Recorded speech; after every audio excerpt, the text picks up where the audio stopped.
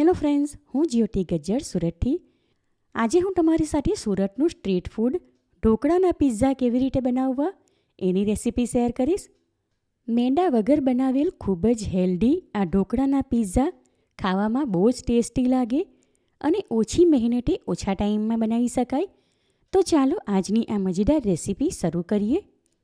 ઢોકળાનો pizza base બનાવવા માટે મેં અહીં ઘરે જ તૈયાર કરેલું ઢોકળાનું ખીરું લીધું. આ ખીરું કેવી રીતે તૈયાર કરવું એની રીત તમારે જોવી હોય તો આગળ ડીશ ઇડલીની રેસીપી તમારી સાથે શેર કરી હતી, એમાં બતાવી છે. એની લિંક હું નીચે ડિસ્ક્રિપ્શન બોક્સમાં આપી દઈશ, ત્યાં જઈને તમે એ રેસીપી જોઈ શકો છો. ખીરુંમાં 5 ટીસ્પૂન ખાવાનો સોડા, સ્વાદ પ્રમાણે 1 ટીસ્પૂન મીઠું, 2 ટીસ્પૂન જેટલું તેલ અને 2 ટેબલસ્પૂન જેટલું પાણી ઉમેરી ખીરું સાથે બધું સારી રીતે મિક્સ કરી લઈએ. સાથે આ ટાઈમ પર ખીરુંની કન્સિસ્ટન્સી પણ ચેક કરી લઈશું, કારણ કે આ ખીરું વધારે ઘટ્ટ ન હોવું જોઈએ. ખીરુંની કન્સિસ્ટન્સી પરફેક્ટ છે. હમણાં એને સાઈડમાં રાખું છું. પિઝાના ટોપિંગ માટે કેટલાક શાકભાજી નાના ચોરસ ટુકડામાં કાપી લીધા.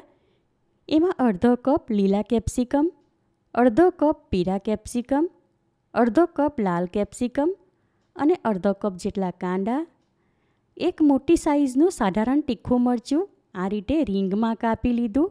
આમાં લીલા મરચાં તમે તમારા ટેસ્ટ પ્રમાણે પ્લસ માઇનસ કરી શકો અને નાના છોકરાઓ માટે આ પિઝા બનાવો તો લીલા મરચાં હટાવી દેવા.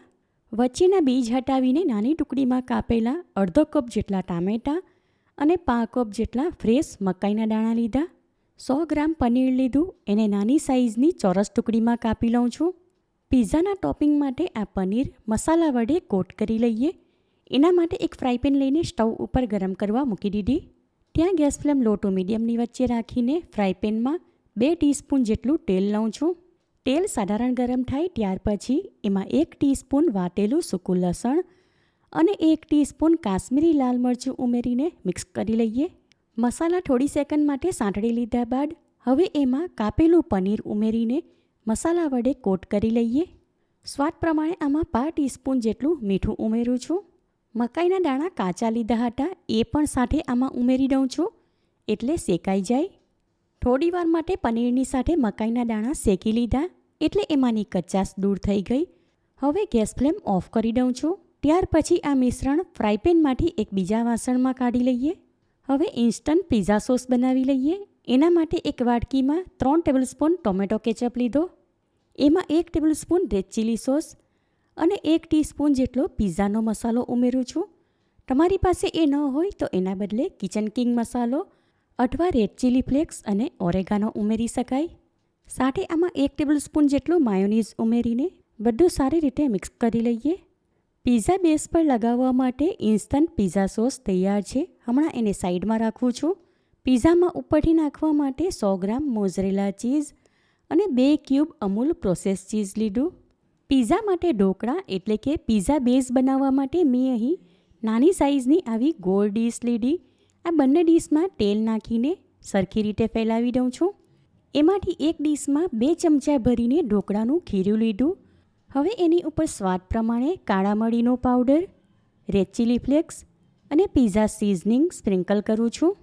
આમાં પિઝા સિઝનિંગના બદલે ઓરેગાનો લઈ શકાય. હવે આ ખીરું સ્ટીમ કરવા માટે સ્ટીમરમાં પાણી લઈને પહેલાં જ ગરમ કરવા મૂકી દીધું હતું. એમાં કાણાવાળું ઢાંકણ રાખ્યું છે. એની ઉપર આ ખીરુંવાળી ડીશ મૂકી દઉં છું. હવે સ્ટીમર ઉપર ઢાંકણ લગાવી દઉં છું અને 7 થી 8 મિનિટ માટે આ ખીરું સ્ટીમ કરી લઈએ. એક ડીશમાં ઢોકળા તૈયાર થાય છે ત્યાં સુધીમાં આ બીજી ડીશ પણ તૈયાર કરીને રાખું છું. પિઝા બેઝ માટે ઢોકળાનું ખીરું ડીશમાં લઈને સ્ટીમ કરવા મૂક્યું હતું, એ થઈ ગયું માટે એને સ્ટીમરમાંથી બહાર કાઢી લીધું અને હવે આ તૈયાર કરેલી બીજી ડીશ એમાં મૂકી દઉં છું. હવે આ ઢોકળાનો પિઝા બેઝ હમણાં થોડીવાર માટે આમને આમ રાખું છું. 2 થી 3 મિનિટ પછી હાથમાં પકડી શકાય એટલો ઠંડો થઈ ગયો માટે આ ડીશમાંથી અલગ કરીને એક બીજી ડીશમાં લઉં છું. પિઝા બેઝની ઉપર 2 થી 3 ટીસ્પૂન જેટલો ઇન્સ્ટન્ટ પિઝા સોસ લઈને સરખી રીતે ફેલાવી દીધો. ત્યારે કેમેરો બંધ હતો એટલે એ શૂટ કરવાનું રહી ગયું. હવે એની ઉપર અડધું ક્યુબ પ્રોસેસ ચીઝ ખમણી લઉં છું. આમાં ચીઝ તમે તમારી પસંદગી પ્રમાણે લઈ શકો. હવે આ પિઝાની ઉપર ટોપિંગ માટે શાકભાજી કાપીને રાખ્યા હતા એ ગોઠવીને મૂકી દઉં છું. ત્રણેય કલરના કેપ્સિકમ, રીંગમાં કાપેલા લીલા મરચાં, કાપેલા ટામેટાં, શેકેલું પનીર, મકાઈના દાણા અને કાંદા. આમાં ટોપિંગ તમે તમારા ટેસ્ટ પ્રમાણે લઈ શકો. હવે છેલ્લે આ પિઝામાં ઉપરથી મોઝરેલા ચીઝ નાખું છું. હવે ફરી આ પિઝાવાળી ડીશ સ્ટીમરમાં મૂકી દઉં છું, એટલે પિઝાની ઉપરના શાકભાજી હલકા અમસ્તા બફાઈ જાય અને ચીઝ પણ મેલ્ટ થઈ જાય. બીજી ખીરાવાળી ડીશ સ્ટીમરમાં મૂકી હતી, એમાંનું ખીરું સ્ટીમ થઈ ગયું, માટે એને બહાર કાઢી લીધી અને આ ડીશ હવે સ્ટીમરમાં મૂકી દઉં છું. અને હવે આ જ પ્રમાણે બીજો ઢોકળાનો પિઝા બેઝ તૈયાર થયો, એમાંથી પણ પિઝા બનાવી લઈએ. માત્ર 3 થી 4 મિનિટમાં જ પિઝાની ઉપર ચીઝ મેલ્ટ થઈ ગયું, એટલે એને સ્ટીમરમાંથી બહાર કાઢી લીધો. હવે ગરમા ગરમ પિઝાની ઉપર રેડ ચીલી ફ્લેક્સ અને પિઝા સિઝનિંગ સ્પ્રિંકલ કરું છું. ત્યાર પછી એને પિઝા કટર વડે કાપી લઈએ. ગરમા ગરમ સુપર ટેસ્ટી, ખૂબ જ હેલ્ધી ઢોકળાના પિઝા તૈયાર છે. દાંત વગરના પણ આરામથી ખાઈ શકે એવા આ ઢોકળાના પિઝા રૂ જેવા પોચા બન્યા. મેંદો કે ઘઉંનો લોટ વાપર્યા વગર આ રીતે ઢોકળાના પિઝા બનાવશો તો એકદમ ટેસ્ટી બનશે અને ઘરમાં નાના મોટા બધા જ વખાણ કરીને ખાશે. માટે આ રેસીપી તમે જરૂરથી ટ્રાય કરો. તમને મારી આ રેસીપી કેવી લાગી એ કમેન્ટ કરીને જણાવો. પસંદ આવી હોય તો વિડીયોને લાઇક અને શેર કરો.